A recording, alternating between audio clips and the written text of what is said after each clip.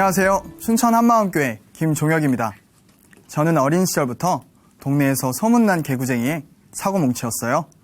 그리고 자라면서 무개념 막가파 인생을 살았는데요.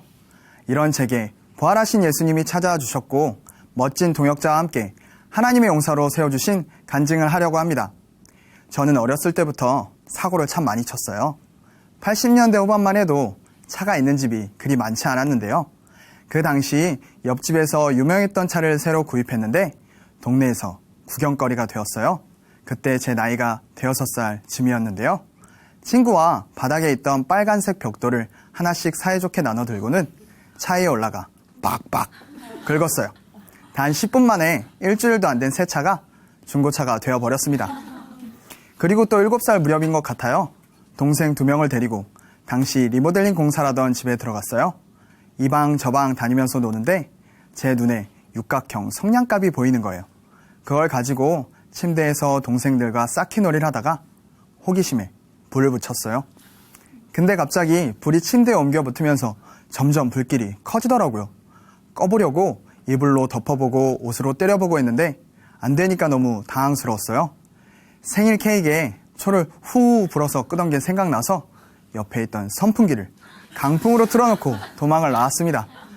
결국 소방차 여러 대가 오는 소란을 피우게 되었고 부모님께서는 많은 돈을 물어주셔야 했습니다. 사고뭉치 아들을 둔 탓에 부모님은 늘 뒷수습을하기에 바쁘셨어요.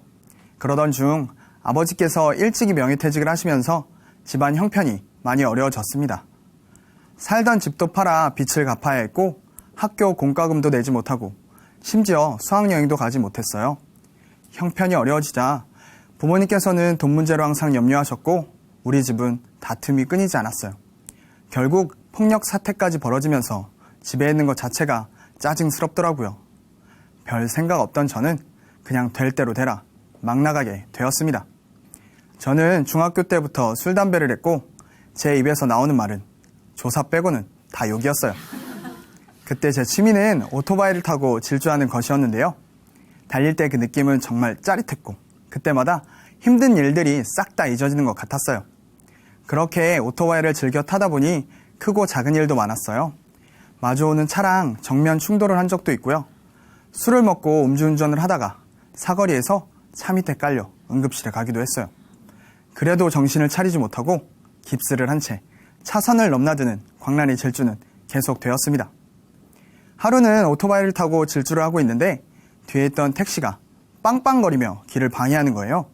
비켜주고 나니까 기분이 좀 나쁘더라고요. 순간 화가 나서 쫓아갔죠. 눈치챘는지 택시도 속도를 더 내는 거예요. 끝까지 따라가 차를 세웠고 문을 발로 차며 아이씨 운전 똑바로 안 해? 아우 했더니 기사가 잔뜩 겁을 먹고는 창문도 못 내리고 도망을 가더라고요. 그렇게 저는 개념이 없었고 위아래도 없이 막 나갔습니다. 저는 고3이 되어서도 대학에 갈 생각도 없었어요. 이미 제 인생의 목표는 어떻게 하면 편하게 먹고 마시고 놀 수 있을까 였거든요. 그런 저를 걱정하던 친한 형이 종혁아 대학은 꼭 가야 돼 하는 거예요. 그래? 그럼 대학 가서 놀지 뭐 하며 목표를 바꾸었고 우여곡절 끝에 대학에 들어가게 되었습니다. 하지만 대학생이 된 이후 저의 삶은 더 깊은 방황으로 치닫게 되었어요. 나이트와 클럽은 어느새 제 삶의 일부가 되었고요. 대학 생활을 거의 술로 보냈고 집은 주중에 한두 번 정도 들어갔는데요. 대학교 1학년 종강 파티가 있던 날이었어요. 평소 사이가 좋지 않았던 선배에게 소주잔을 건네며 술을 한 잔 드렸죠. 그런데 그 선배가 소주를 맥주잔에 따라주는 거예요. 난 소주잔에 줬는데 넌 맥주잔에 주냐? 순간 열이 받더라고요. 그래 어디 한번 끝까지 가보자. 그렇게 술을 주고 받다 보니 만취 상태가 되었어요. 결국 전 폭발해버렸고 소주병을 깨서 선배를 위협하며 난동을 부렸습니다. 또 한 번은 오랜만에 친구들과 동네에서 만나 여느 때와 같이 술을 마시며 의리를 다지고 있었어요. 한참 즐거운 시간을 보내고 있는데 갑자기 옆 테이블에서 시비를 거는 거예요. 야, 옆에서 뭐라고 짓거리냐? 했더니 제 말을 들은 상대가 멱살을 잡고 한 대 때리더라고요. 그렇게 시작된 싸움이 결국 패싸움으로 번졌고 정신을 차려보니 파출소에 와 있었어요. 저와 싸웠던 사람이 제일 먼저 눈에 들어왔는데요. 코뼈가 부러져서 코피를 흘리고 있더라고요. 야, 내가 이겼구나. 쾌재를 부르고 있는데 이마에서 뭔가 흘러내리는 거예요. 저는 머리가 깨져서 피가 나고 있더라고요. 이 사건으로 폭력 전가와 200만 원의 벌금, 그리고 머리엔 100원짜리만한 영구 땜빵이 생겼어요.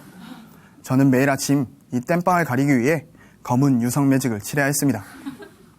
이렇게 대학교 1학년 동안 방탕한 생활을 하다 보니 도학기 내내 학사 경공, 총학점 F를 받고 투고라는 타이틀을 얻게 되었습니다. 어느덧 군입대를 하게 되었는데요. 그곳에서도 제멋대로의 성격은 변하지 않았고 선임에겐 또라이, 후임에겐 악마로 불렸습니다. 하루는 선임들이 제가 보기에 말도 안 되는 행동을 하는 거예요.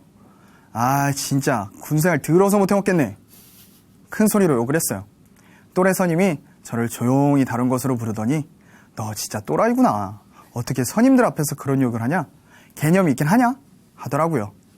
후임들에게는 제가 말한 대로 하지 않으면 내무반에 다 집합시켜놓고 입에 담지 못할 욕을 했어요. 한 대도 안 때리면서 눈빛 하나로 분위기를 싸하게 만든다고 저를 악마라고 부르며 제 표정과 눈치를 살피곤 했습니다. 그러던 중에 우연히 얻게 된 포상 휴가를 통해 인생이 바뀌는 큰 전환점을 맞게 되었는데요. 사실 저는 신나게 놀다가 올 생각으로 집에 갔는데 친하게 지냈던 형을 만나게 된 거예요. 형은 군생활 중에 한마음교회를 통해 부활하신 예수님을 믿게 되었다고 하면서 복음을 전해주었어요. 부활이라는 증거를 통해 예수님을 하나님으로 믿을 수 있다고 확신에 차서 얘기해 주는데 그때 제 귀에 부활과 증거라는 단어가 정확하게 들렸습니다. 그러나 저는 친구들과 약속이 있어서 형과 헤어졌고 여느 때와 같이 복귀 전까지 술을 마셨어요. 밤새 술과 담배, 유흥에 찌들어 힘든 몸을 이끌고 복귀하던 중이었는데요. 갑자기 언제까지 이런 삶을 살아야 되나? 제 모습이 너무나 비참해 보이는 거예요. 그 순간 형이 얘기한 예수님의 부활이 생각났어요. 정말 보이지 않는 하나님이 살아계실까? 고민이 되더라고요. 정말 하나님이 살아계시다면 하나님을 쫓아가고 아니라면 더 확실히 즐기며 살자. 이렇게 스스로 다짐했어요. 이 모든 것은 한순간에 일어난 일이었어요. 나중에 들어보니 형이 다니던 작은 교회 식구 모두가 몇 달 동안 기도를 했다고 하더라고요. 저는 성경을 읽다 보면 하나님이 살아계신다는 것을 느낄 수 있을 거라 생각했어요. 그래서 그때부터 형이 사준 성경을 읽기 시작했는데요. 아무리 성경을 읽어도 한 말씀도 와닿지 않고 하나님이 살아계신다는 느낌도 없었어요. 답답한 마음에 시도 때도 없이 형에게 전화를 했는데 형은 그때마다 한마음교회 책자들을 보내주었어요. 이걸 보면 뭔가 와 닿을까 싶어 책자를 보며 계속 고민을 했고 어느 책자 안에 있는 한 간증을 통해 저의 문제를 해결받았습니다. 애굽에서 이스라엘 백성들을 하나님께서 구출하시고 만나로 양식을 채워주셨는데도 이들은 오히려 원망했고 불뱀에게 다 물려 죽게 되었는데요. 죽어가는 백성들을 살려달라고 모세가 기도했고 하나님께서는 노뱀을 보면 산다고 말씀하셨더라고요. 그러나 그 말씀을 믿지 않고 자기 방법대로 한 사람들은 다 죽었고 말씀대로 노뱀을 바라본 사람들은 다 살아난 것을 볼 수 있었습니다. 하나님의 방법이 따로 있었구나. 그런데 난 지금까지 내 방법대로 계속 느끼고 체험하려 했었구나. 그때 형에게 들었던 부활과 증거라는 단어가 생각났어요. 아, 하나님께서 증거를 주셨는데 그것이 부활이구나. 순간 마음이 철렁 내려앉았습니다. 죽어가는 자들에게 하나님께서 노뱀을 보여주신 것처럼 우리에게 보여주신 부활의 증거가 고린도전서 15장 말씀과 연결되면서 예수님이 누구신지 정확히 풀려버렸습니다.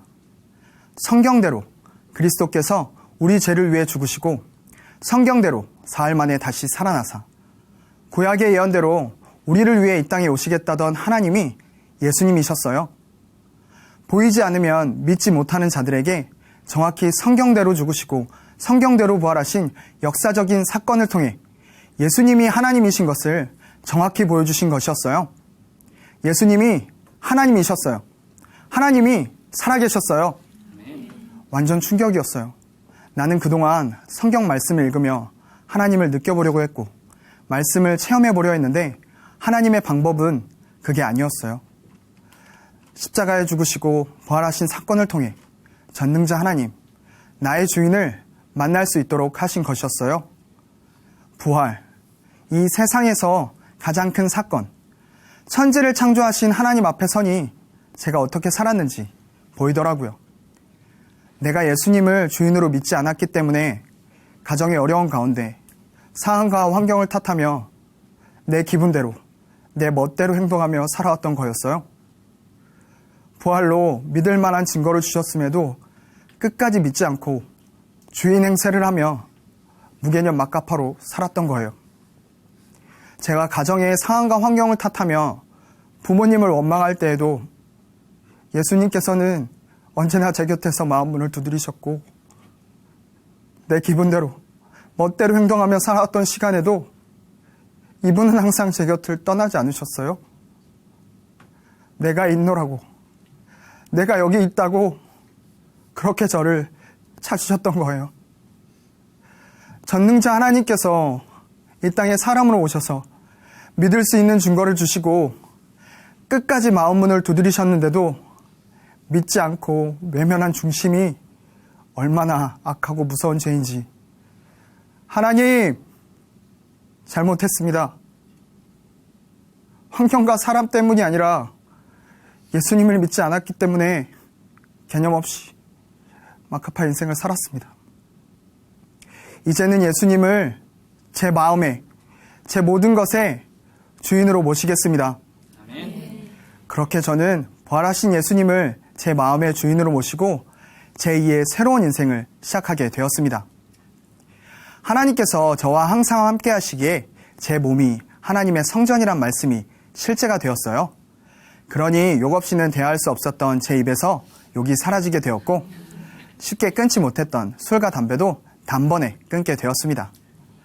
군대 내에서도 제 별명이 바뀌었어요.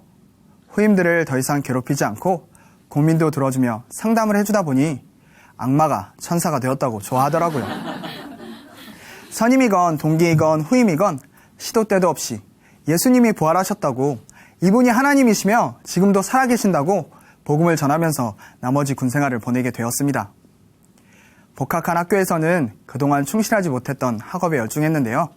예수님이 주인이시기에 예전처럼 한 번 가는 인생 먹고 마시고 즐기자, 이렇게 막 살 수 없었어요. 무엇을 하든지 주를 위해 사는 존재가 되었기에 오직 주를 위해 공부도 열심히 했습니다. 좀처럼 쉽지 않았지만 시간이 지나면서 조금씩 집중하게 되었고, 그 결과 남은 학기 동안은 학사 경고가 아닌 장학금을 받고 학교를 다녔어요. 졸업할 때에는 4.5 만점에 4.1, 총 A학점을 받고 졸업을 했습니다.